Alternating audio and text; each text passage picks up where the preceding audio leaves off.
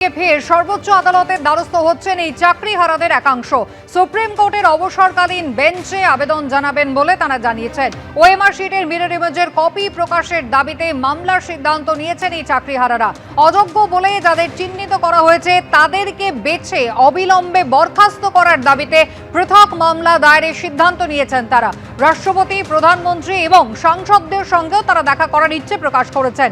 এর আগে শনিবার আইনজীবী বিকাশ রঞ্জন ভট্টাচার্যের বাড়িতে যান এরা। রবিবার অবসরপ্রাপ্ত বিচারপতি অভিজিৎ গঙ্গোপাধ্যায়ের বাড়িতে গিয়ে তারা আইনি পরামর্শ চেয়েছিলেন, আর তারপরে সুপ্রিম কোর্টে রিভিউ পিটিশন দাখিল করার সিদ্ধান্ত নিয়েছেন চাকরিহারা শিক্ষকদের একাংশ। আজ সকালে 2 সদস্যের প্রতিনিধি দিল্লির উদ্দেশ্যে রওনা দিয়েছেন।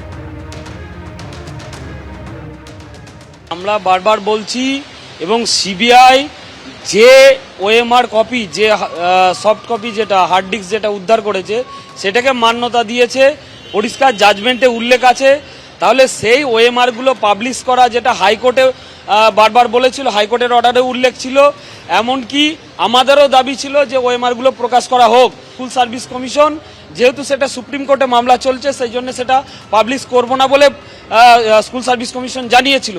সেক্ষেত্রে আমাদের যারা যোগ্য শিক্ষক শিক্ষিকা আছে তাদের মধ্যে থেকে যদি আইনিভাবে, বিশেষ করে আইনজীবীর পরামর্শ নিয়ে যদি সুপ্রিম কোর্টে কোনো কেস করা হয় এবং সেটাকে পাবলিশ করার ব্যবস্থা করা হয়, অবশ্যই সেটাকে আমরা সাধুবাদ জানাবো। আমরা তো স্কুল সার্ভিস কমিশনে চেয়ারম্যানের স্যারের সঙ্গে কথা বলেছিলাম যে মাস্ট বি টার্মিনেটেড বলা হয়েছে, যারা অযোগ্য, চিহ্নিত অযোগ্য যারা, তাহলে তাদের টার্মিনেশন করা হলো না কেন?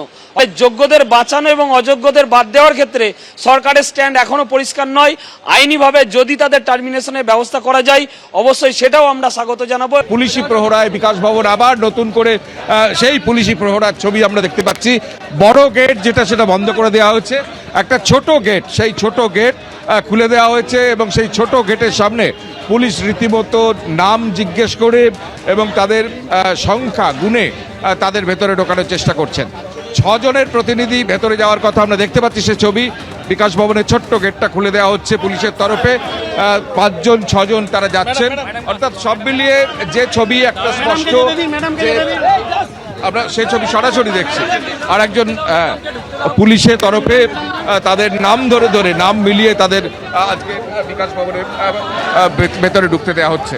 এবং যেটা এখন দেখার, যে আজকের এই বৈঠকের পর যারা চাকরিহারা শিক্ষক তারা যে দাবি করছিলেন সেই দাবি পূরণ হয় কিনা।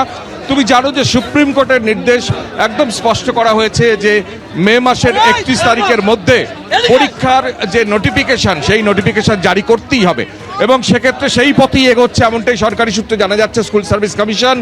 এখন সেই পরীক্ষায় কারা বসবেন, সেই পরীক্ষা কবে হবে, সেই পরীক্ষায় যোগ্যতা মান কি হবে, এই সমস্ত যে খুঁটিনাটি বিষয়, সেই বিষয়টাকে তাদের কাছে স্পষ্ট করতে হবে, এমনটাই এই চাকরিহারা শিক্ষকরা দাবি করবেন।